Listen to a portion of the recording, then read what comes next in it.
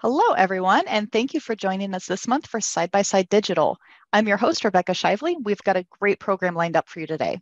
This month, we're talking about the difference between working on your business versus working in your business. Sometimes it's easy to get bogged down in the day-to-day running of your operation, and we forget to make time for strategic thinking. We're joined today by Bob Campbell, Senior Vice President Business Development at Farm Credit Services of America and Frontier Farm Credit. Bob has a wealth of knowledge when it comes to this topic, and we're really excited to have him join us today. Bob, thanks so much for being with us today. I'll go ahead and turn it over to you. Well, thank you, Rebecca, and welcome everybody. I'm excited to be able to spend some time with you.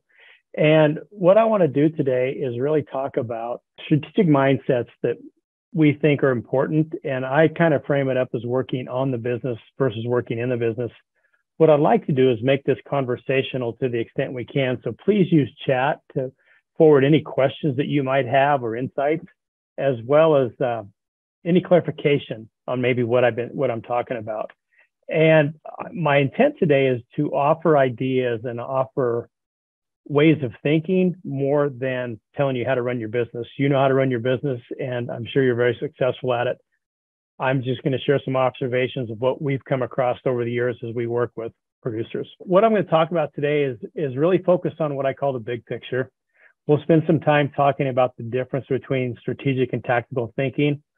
I'm going to spend quite a bit of time talking about alignment. And when I talk about that, I mean alignment within the ownership group of your operation and your key stakeholders and why that's important, and what I call role clarity. And again, why that's important to all of the work that we want to do while we're working on the business versus in the business. So what do I mean when I talk about working on the business versus in the business? What's the difference? And think about working on the business as the strategic work of looking at your operation. So it's really stepping back and looking at the business that you're running and how you're performing. And it starts with credo documents like your mission and vision statement.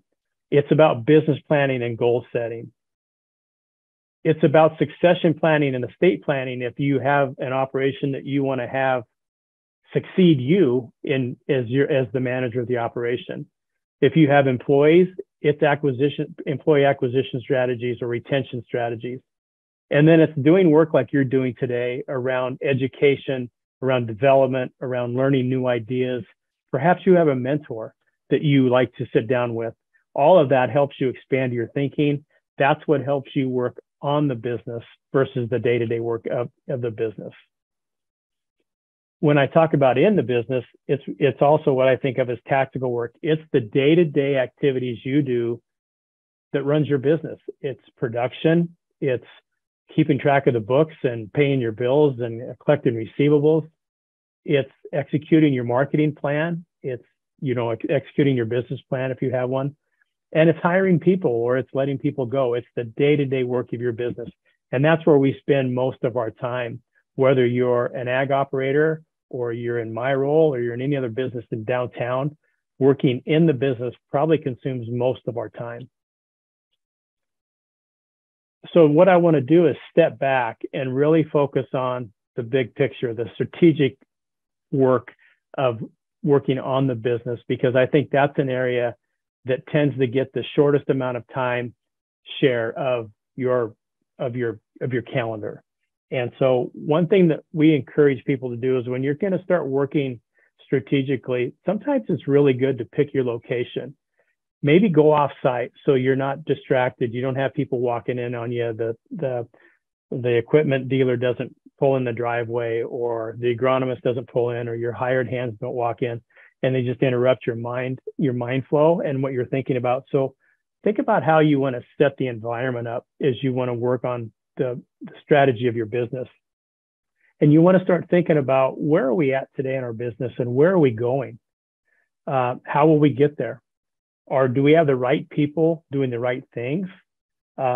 What should we be doing more of that we're really good at? Maybe there's some things that we're not so good at that we should consider offloading to someone else, or maybe stop doing. But it really gets you away from the have to get done, the task list of the business of today. It all starts with the mission and vision. of your operation. And mission really just tells you, why does your business exist? The vision really sets up the stage of where do you want your business to be in the long term? And when I'm thinking long term, look out 10 years or more and really think out, where do we want our business to be? For an example, let's say you're just starting out and you've got a nice size operation, but you're also needing to work off farm to pull in some, money for cash flow or benefits or whatever. And your vision is to be a full-time operation where you can commit all of your time and energy into the business of producing whatever it is you produce. And your vision is to be full-time. So that's where you want to be. And that's what you're going to start lining up all of the work that you do today to help you move towards that vision. Or maybe it's to be a multi-generational operation. Maybe your second generation, your goal and vision is to keep the operation going beyond your management tenure there, and that you want to set the business up for others who will follow you. So the vision is a multi-year operation or multi-generational operation. But why it's important is with the vision is that sets the stage for the strategic decisions that you're going to need to make in order to reach your vision. What's important about the vision too is that you identify what it is and you write it down. And more importantly, you share it with the other members of your ownership team, or hopefully your ownership team puts it together and your key stakeholders. And that's important because we get into what I consider alignment. If all of your partners and your key stakeholders are aligned to your mission and vision, that enables you to make strategic decisions, because strategy is about choices. And so if you're all going down the same road and you understand the same outcome that you're trying to get to, that is going to help you be more aligned. It's going to create less friction within your leadership team, and less friction creates more trust. The more trust you have, the easier it is to make big decisions, because again, you're all in for the same idea, all in for the same outcome. And if you're able to do that, you just perform better as a management team. Let me give you an example of a real life example of when I came across a producer who had a vision, but there was no alignment. And they're a multi-generational operation. It's grown under his tenure as the leader. He's getting up there in age, and he wants to set it up so that their operation continues to be multi-generational. They have one of the children on the farm that helps him every day. And they have two children who are not involved in the farm at all, but have some expectation to what their stake in the operation is, maybe long-term. And so in order to make the operation continue down that path of multi-generational, they need to create a transition plan, and they need to create an estate plan. So, and this is where the misalignment starts to occur, because the gentleman and his wife cannot agree on the difference between fair and equitable.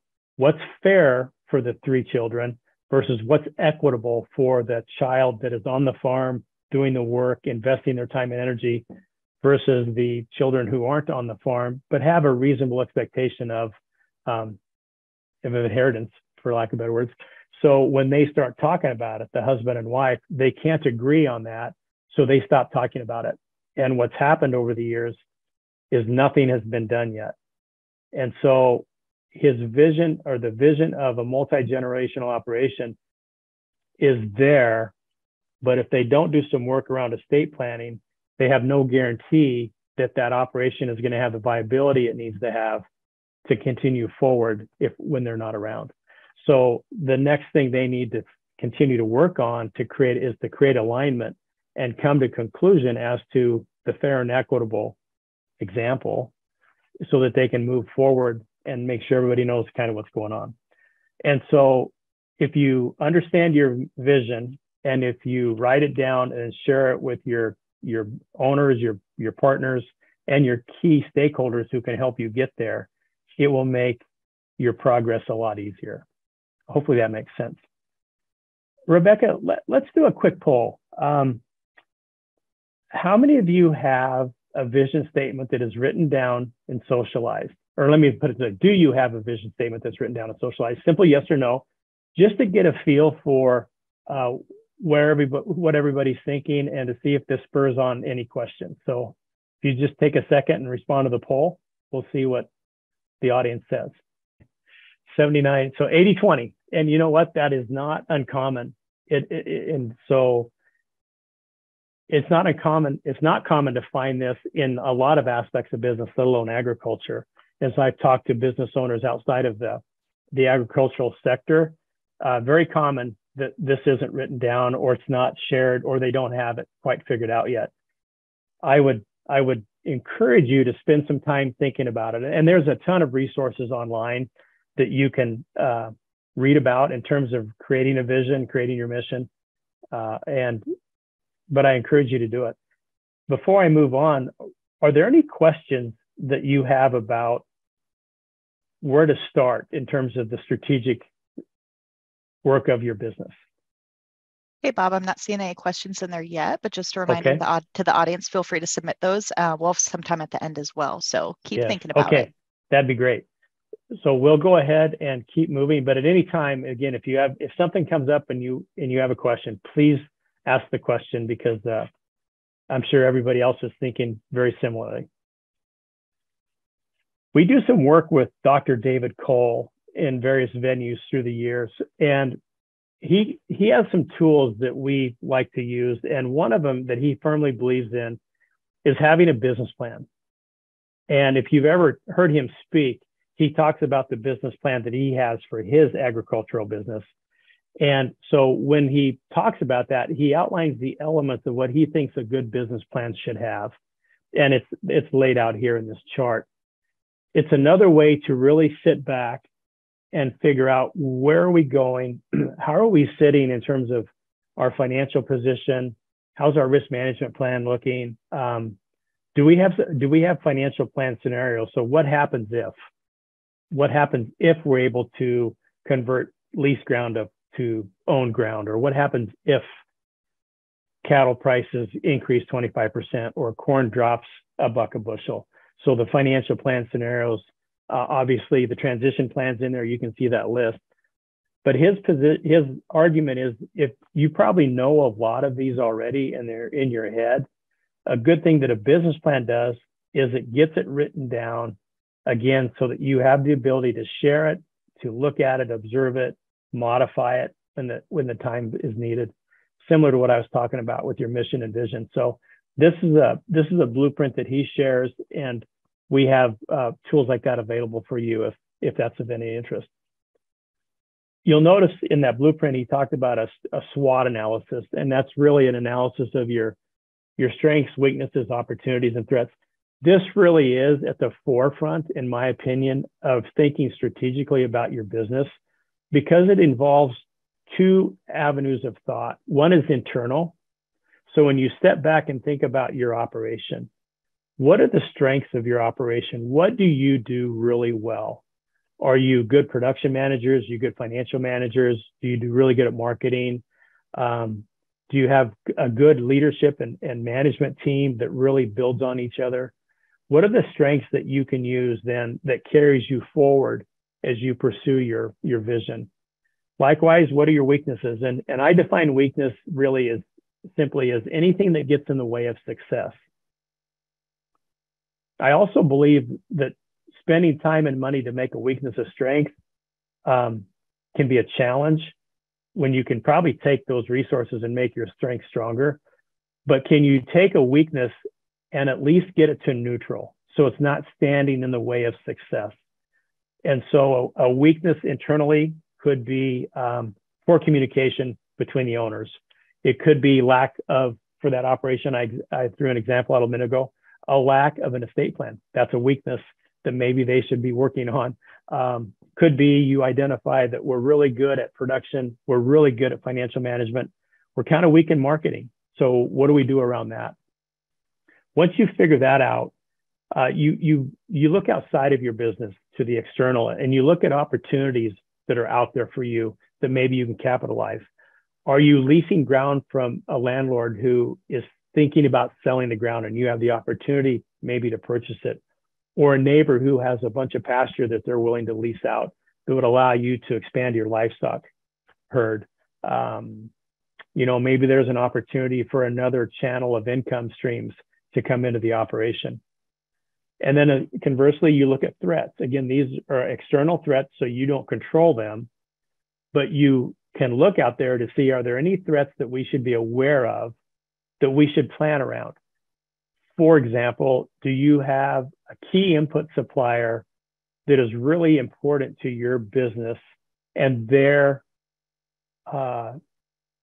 subject to a merger and you could lose the local location, or government regulation or tax laws, any of those things that you have no control over, but you have the ability to manage around if you just put some forethought into it.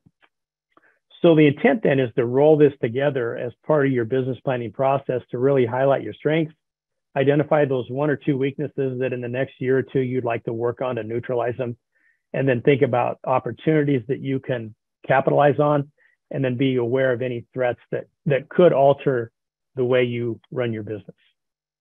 So a SWOT analysis is really a really key tool as you think about the strategic thinking that you need to have in your business. And the other tools that and thing that Dr. Cole in particular talks about, and I agree with, is what are your long-term goals and what are your short-term goals? And when you think of short-term goals, it's something within, the next 12 months. Long-term goals are anything longer than that. So your short-term goal, if we go back to your SWOT analysis, you might build a short-term goal out of taking a weakness and neutralizing it. And a long-term goal might be something you see as an opportunity that you want to work towards. But all of those are in line with where you want your business to be long-term. They align with your vision, so that if you start setting goals that go counter to your vision, you know that you're not aligned, and you can step back and say, okay, are the goals wrong, or is our vision not quite where we want it to be? But if your vision's solid, you should be able to reach back into your goal setting process and create the goals that help you move forward towards your vision. So that kind of wraps up. I'm going to move into some roles that I mentioned we're going to talk about, but I wanted to really stop for a minute and again, offer the opportunity for any questions that might come up or that you have around what we've covered so far: mission, vision, business planning, the concept of a SWOT analysis, goal setting, alignment with where you want your business to be. Any questions or observations around that? Yeah, Bob, it looks like we had 2 questions come in and they're kind of related, so I'll try and combine them. I really like how this one is phrased. It says, I need my dad to have a vision. I'm not sure how it helps if I create one and he doesn't get it or agree. Any suggestions? And the second question is similar. How do you get everyone on the same page, a direction where to go? Yep. So that's the $60,000 question right there. Is it, depending on where you're at in the hierarchy of the family businesses are great and they can be tough. I would encourage you to open the dialogue with, in this case, your parents, and just talk about what you're thinking about and why you think this is important, and to be prepared for some pushback, be prepared for some objections. Maybe they aren't ready to talk about it, but cast your concerns and why you think it's important for you and your family to be on the same page. An example, and here's an example I had.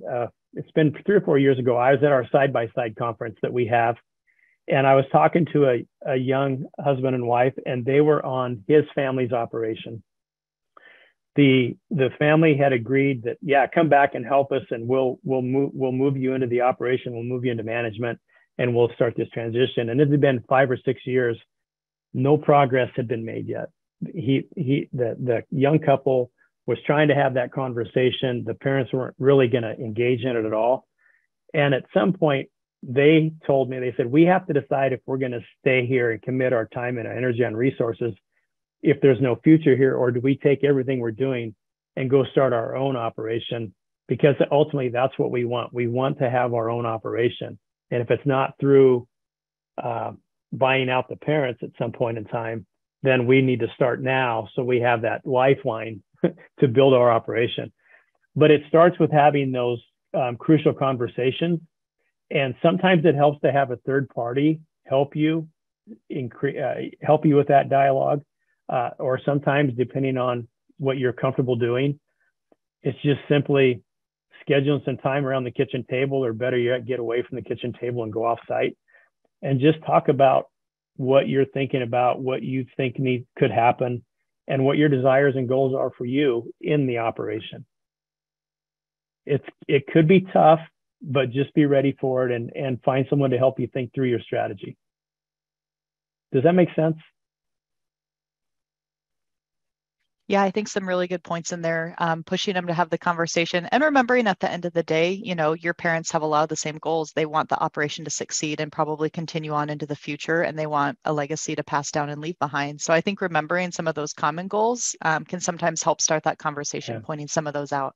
Yeah, and it'd be interesting to find out if they would share with you what reservations or challenges they have if they aren't really ready to have that conversation, and hopefully they'll share them with you. But if you can just get everything on the table and do your best to keep the emotions out of the room and just be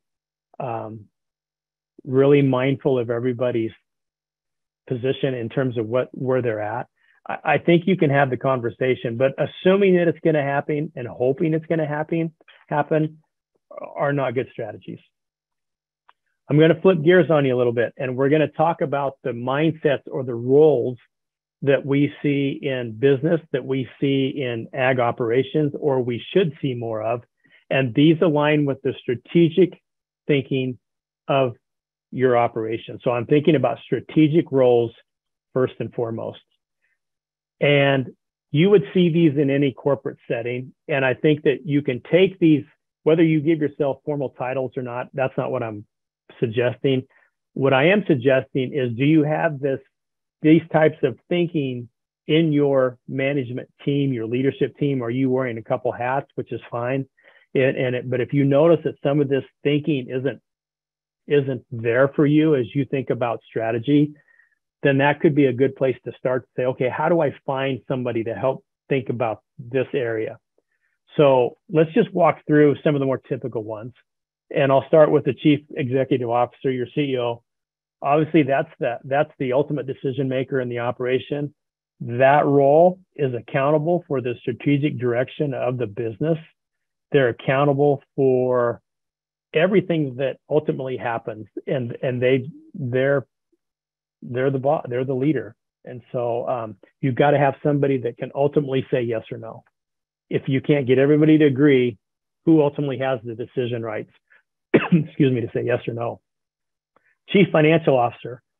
This person needs to know everything there is to know about the financial condition of the business. How are we doing in terms of debt? How are we doing in terms of cost of production? How are we doing in terms of our operating efficiency ratios? They're probably your liaison to your accountant, but they understand at a high level the financial position of the business, where its strengths are, where its weaknesses could be, and that position helps you think about the what-if scenarios as you scenario plan about possible opportunities for your operation. Chief marketing officer, CMO, that person is designed or responsible to make sure that your marketing plan is developed to begin with, that you have a marketing plan, and that it's being executed either by somebody within your company or your team, or if you've outsourced it, they know what the marketing plan is and they have the accountability to make sure that it's being executed. They also have the accountability to touch base with other members of the leadership team to find out, how are we doing in terms of production? How are we doing in terms of last year's crop that's in storage and the condition of that? And do we have good bushels that we can still market? And are we on pace to produce what we think we are. So we know, as a marketing part of the organization, we know what bushels or pounds that we have available to market. COO is your chief operating officer. So somebody has the mindset of all things logistic, all things that are needed to run the business on a daily basis. Do we have the right people? Do we have people? Are vendors lined up, and are they performing like they should be performing? Is our transportation and equipment up to par, and is it ready to roll? So it's the day-to-day organization of the business. CPO, this is one, chief production officer. This isn't one that you commonly see in agriculture. You do see this title a lot in the manufacturing business. I would contend that agriculture is manufacturing. We're producing pounds, we're producing bushels, and we're marketing them. So when you think about strategically, who on your team is thinking about the crop rotation or the livestock? Who's thinking about the genetics that you're putting into the crop or the livestock? Who's thinking about the diversity of, and let's say you're thinking about doing double crop, or you're thinking about doing cover crop, or you're thinking about bringing a whole new line of genetics into the herd. Who thinks about that, and who puts the plan together for the year, maybe a 2 or 3 year plan of production, so that you can start doing your financial forecasting? But who's accountable for the production of the operation? Excuse me. Finally, and this one is becoming a bigger and bigger role, is your chief technology officer. We all know how technology is coming into the ag space. We know about the reliance we have on technology. Who on your strategic leadership team is thinking about the technology stack that you need to have in your operation that allows you to get real-time data, that allows your equipment in the cab to run right, who aligns with, who vets out the vendors that you might use for their reliability and customer service, who knows how your various systems can talk to each other so that you don't create silos of data that you can't use. How does your CPA get the data from your bookkeeping system so they can give you the data that they need to give you, or your agronomist or whatever? So who's thinking about generically the overall technology solutions that you need to deploy into your operation and how that's all going to work? At the end of the day, somebody's got to be accountable for the direction of the company. Somebody's got to know the numbers. Somebody should be accountable for the marketing of what you produce at a level that provides revenue that's in excess of what the demands are and gives you a return to your ownership. Somebody has to make sure the lights are on and all the employees are lined up and the trucks are ready to roll and everything is ready to happen. The branding crew's all lined up. Somebody has to have a vision of what you're going to do in terms of production. And just as importantly, somebody's got to have a line on the technology. All of these roles are critically important. The mindsets are critically important. And so if you're an operation of 1 or 2 people, odds are you're not going to fill all of these hats. You're not going to have an interest in all of them. So the question I would pose to you is, which ones are noticeably absent as you think about your operation? And how do you bring that thinking into your management team, whether it's an outside person acting as an advisor or as someone that you need to bring into the management team as an employee?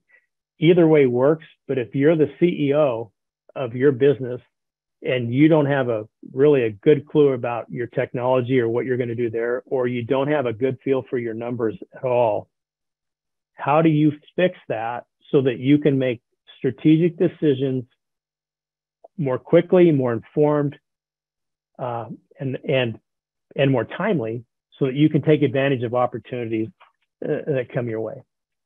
So when you think about these roles, again, I'll just reemphasize, you don't got to have the titles and you don't have to have 6 or 8 people on your management team, but you got to have access to the mindsets that each one of those roles bring by their discipline. At the end of the day, it's about having the right people in the right roles, doing the right things at the right time. And so that's where all of this fits in. And And to be able to do that, you need at a strategic level your key people communicating consistently and commonly and transparently.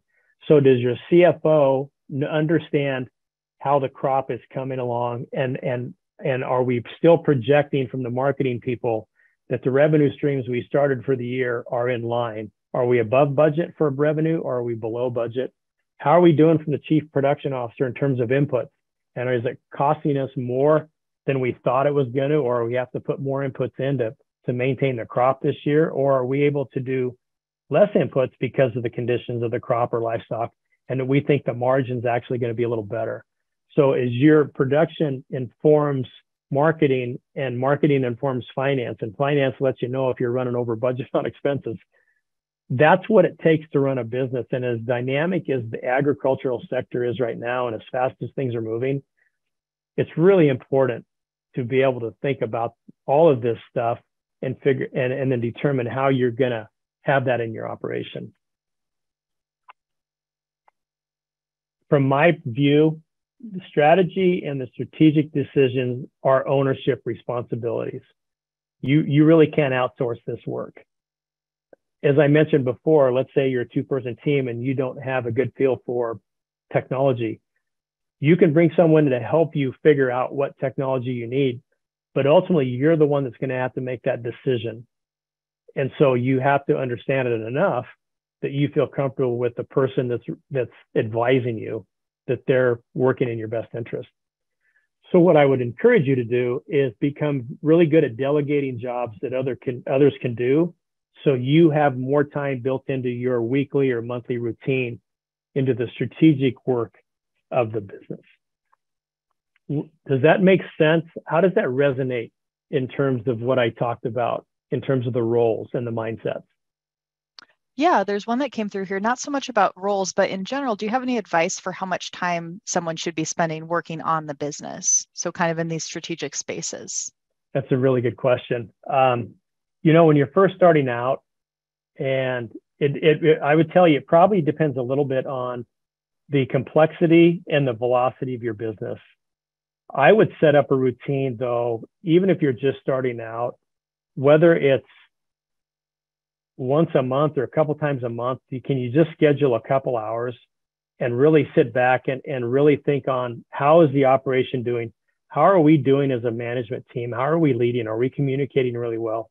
How are we doing in terms of our forecast and where we think we would be at this point in time of the year? So if you can just build a couple hours a month in at least, but quarterly at least, I would probably sit back and schedule time to really sit back and look at, how are we doing on executing our marketing plan? How are we doing on the overall production? And then what do we see that's different in our assessments of the future? And are we still in line with where we want to go from a vision statement? There's no hard and fast rule. I would tell you that the vast majority of producers spend hardly any time in this area. Again, not ag. I talked to business owners outside of ag, and it's no different, especially family-run businesses. So any time that you can commit and put on your calendar and formalize to just do that work, you're going to be probably ahead of the pack by miles if you would just schedule some time to do this. The more that your business gets complex, and the more wheels that you have spinning and balls in the air, I would say as the ownership team, you're going to have to do more of that and less of the day-to-day, and you're going to have to start delegating more. Let me give you an example of that. I was going to use this example later, but I think it fits in here. I know a family that several years ago now already, I've probably measured decades, they decided they wanted to start their own custom feeding business. And one of the brothers was really good and wanted to be kind of the chief, what I would call the chief operating officer, and also said, we'll produce the feed. I'll get the people lined up, and we'll grow the crops. We'll put the corn in the bunker. We'll have all the crops we need, or we'll procure whatever feed we need that we can't produce. The other brother was really, really good at livestock, procuring livestock, getting cattle that would feed well. and he had a deep history in the futures market. He knew how to do the marketing with hedges and puts and all the stuff they do. So that's how they started. And when they started, they were both just day to day in the business. Well, they were successful. They added a lot of clients. They grew their capacity.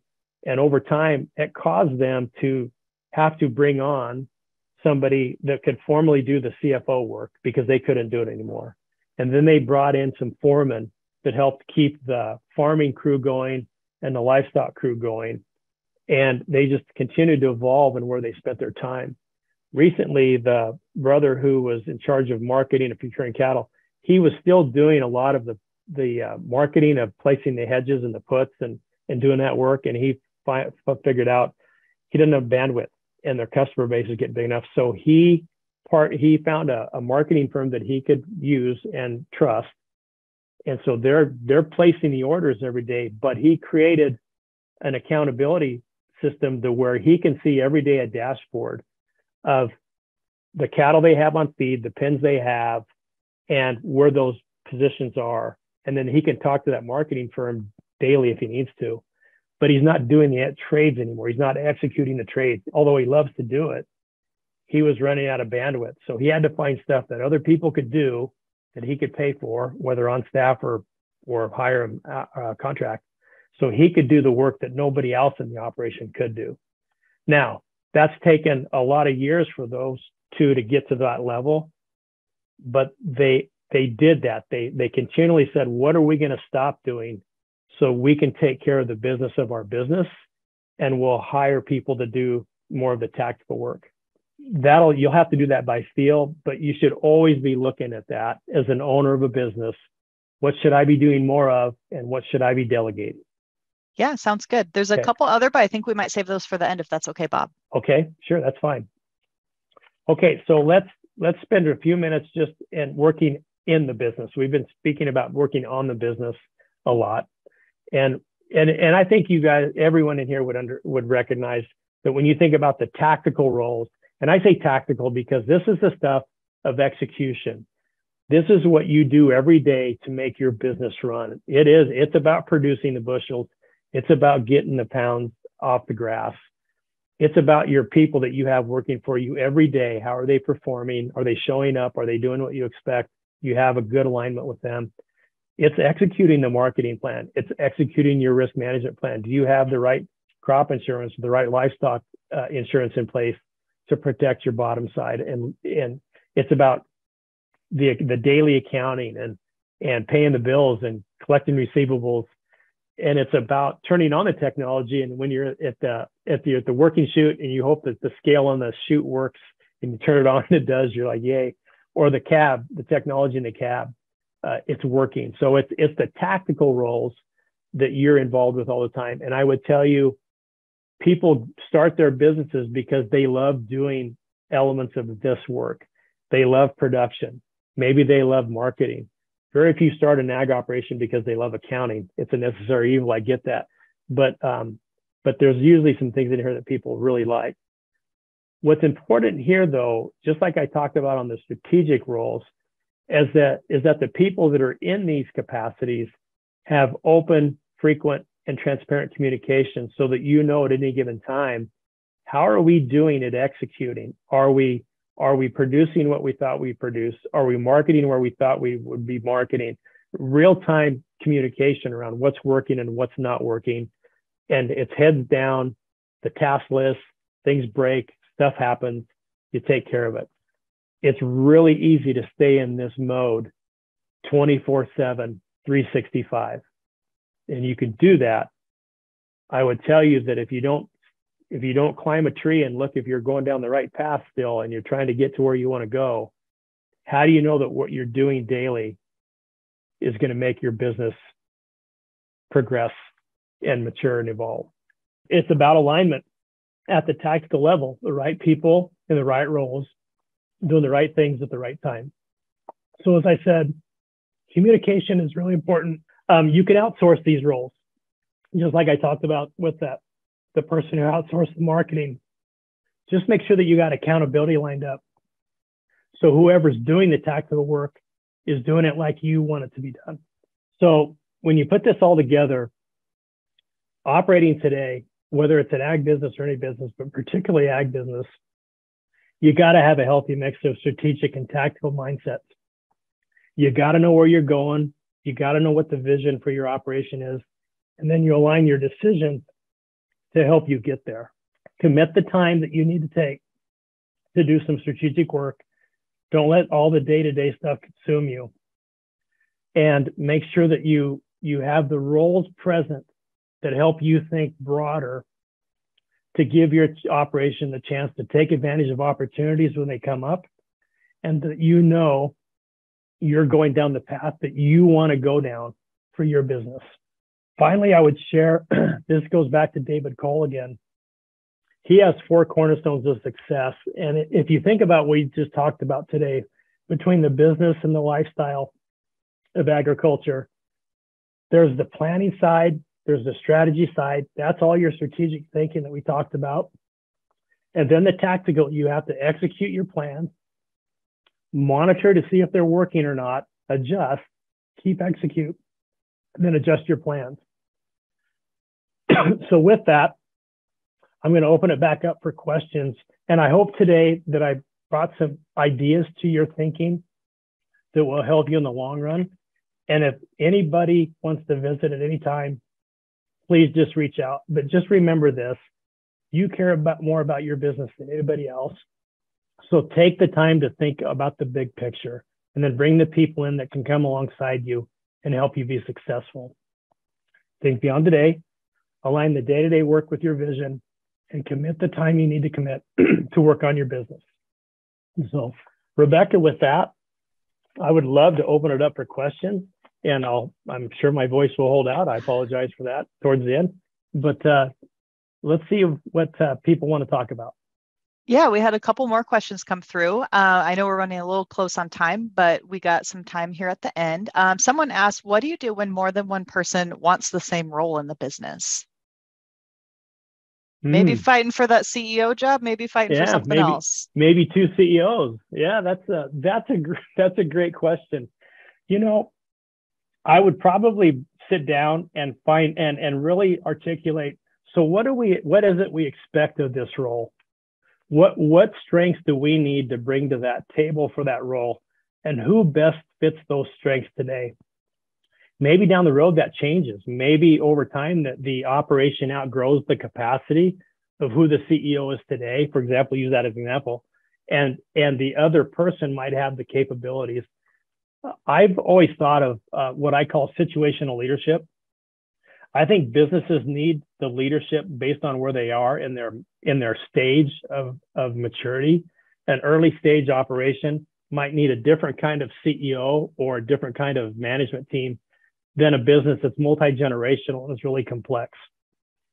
So I would balance it. Probably I would start with the needs of the business first and the needs of where do you want to go. And if you both can't agree on it, maybe you bring some stakeholders in to provide input on what they think the strengths and opportunities could be for each of the people. Good advice there. Another question that came through. This person says, I'm a one-man show, no employees. Who else can I talk to for this team concept? And what role does my banker play? So if you're a solo operator, the best thing that you can do is create your board of directors. And those are people that you know and trust that can give you good feedback. They can help you make really good decisions. And so then you could pick those roles that you would sit in there and think about. So if you were to think about, say obviously you're the CEO and you're the lead production person, and you kind of like playing with technology, right? So then who should be on your board that will help you understand the financials? Who should be on your board to help you really think about marketing and what the strategy should be for doing what you need to do? And then, and fill those holes with people that you know and trust who will also push you. They won't just be a yes person and tell you what you think you need to hear, but they also have your best interest in mind. Yeah, I think the question, Rebecca, was banker. Yeah, I'd probably be a little careful with a banker on your board, only because they have a fiduciary responsibility. that separates. They've got this obligation to the bank too. They could be an advisor, but when you think about board of directors, what about a CPA who is there? You're going to pay them to work for you, or maybe somebody that in your network that is really strong finance. Maybe another producer that that's really strong with numbers, and they can help advise you on what to do. Same with marketing. So the smaller that you are in terms of a management team, I would consider who can you put around you and surround yourself with in terms of an informal board of directors but they understand what you need from them. And then that would be part of your strategic time, is maybe once a quarter, you pull that group together, or you spend time and visit with them individually based on what they're bringing to the table for you. Great. Looks like I think we're out of questions and we're running a little low on time. So Bob, is there any kind of last piece of advice that you want to leave the audience with as we kind of wrap up here? Well, first of all, I want to say thank you for joining us today. Just the fact that you took the time out of your schedules to look at and listen to something that probably is not something you would hear all the time, it speaks loudly for what you're trying to do for your business. So do what you can as you plan your week, as you plan your month. Sit down and block some time on your calendar for this kind of work. If you're a one or two person team and you want to bring some advisors in, spend some time thinking about who that might be. Block some time out, spend some time thinking strategically, and then go back to the day-to-day tactical work, because it always will be there. 24/7, 365, there's always a to-do list. You got to defend your calendar a little bit so that you can think about where your business is going. So if there's anything that I can get through today, it would be that one thing. Schedule some time to think big. Great advice to end on. Well, I want to thank you, Bob, for being here today and sharing your insights with us. I want to thank everyone in the audience for their participation and great questions that came through. In fact, we've been getting a lot of requests for grain marketing as a topic. So I have good news for you. We'll be back next month on August 3rd talking about grain marketing. So again, let us know what topics you want to hear from. We hope you'll join us next month on August 3rd. Until then, take good care, and we hope to see you online soon.